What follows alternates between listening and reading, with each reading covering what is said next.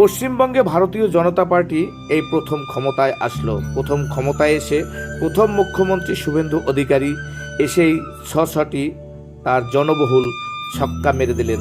দেখুন, বিজেপি পশ্চিমবঙ্গে ক্ষমতায় আসার পরেই বিভিন্ন দল থেকে বিজেপিতে যোগদান করার চেষ্টা করছে, কিন্তু প্রধানমন্ত্রী বলে দিয়েছেন বুথ সভাপতি যদি অনুমতি না দেয় কাউকে যোগদান করানো হবে না।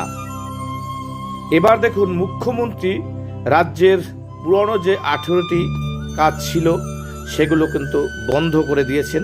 তার কারণ সেখানে নানান রকমের দুর্নীতি চলছিল, তার জন্য সেগুলো বন্ধ করে দিয়েছেন। মুখ্যমন্ত্রী আরও কিছু ঘোষণা করলেন, বাংলাকে নতুন করে কি করে সাজাতে হবে এখানে সেটা বলেছে। সেগুলো সবাই একটু দেখে নেবেন যে আগামী দিনে মুখ্যমন্ত্রী কি কি কাজগুলো করতে চলছেন।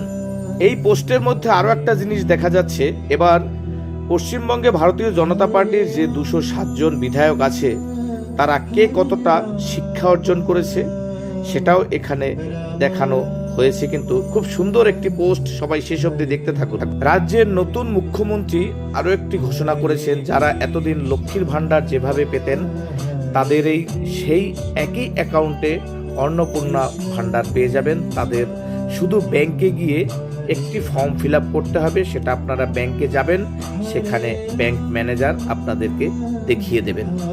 মুখ্যমন্ত্রীর আরও একটি জনবহুল ঘোষণা মহিলাদের জন্য। মহিলাদের এখন সরকারি বাস সম্পূর্ণ ফ্রি, তারা সরকারি বাসে যেখানেই যাবেন আর কোনো তাদের ভাড়া দিতে লাগবে না। পশ্চিমবঙ্গের নতুন মুখ্যমন্ত্রী শুভেন্দু অধিকারী বলেছেন আর পুনরায় যেন কেউ গোমাংস বিক্রি করতে না পারে সেটা পুলিশকে ভালোভাবে দেখতে বলেছে।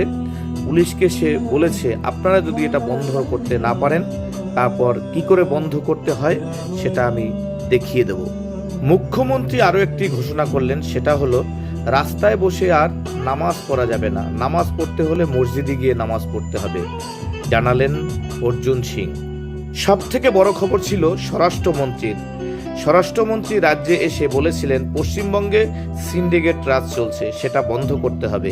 এবার শুভেন্দু অধিকারী সরাসরি বললেন পশ্চিমবঙ্গে আর কোনো সিন্ডিকেট চলবে না, সব বন্ধ করে দিতে হবে। তো বন্ধুরা, ভিডিওটা কেমন লাগলো কমেন্ট বক্সে কমেন্ট করে জানাবেন। পোস্টটি ভালো লাগলে সকলকে দেখার সুযোগ করে দেবেন শেয়ার করার মাধ্যমে। নমস্কার।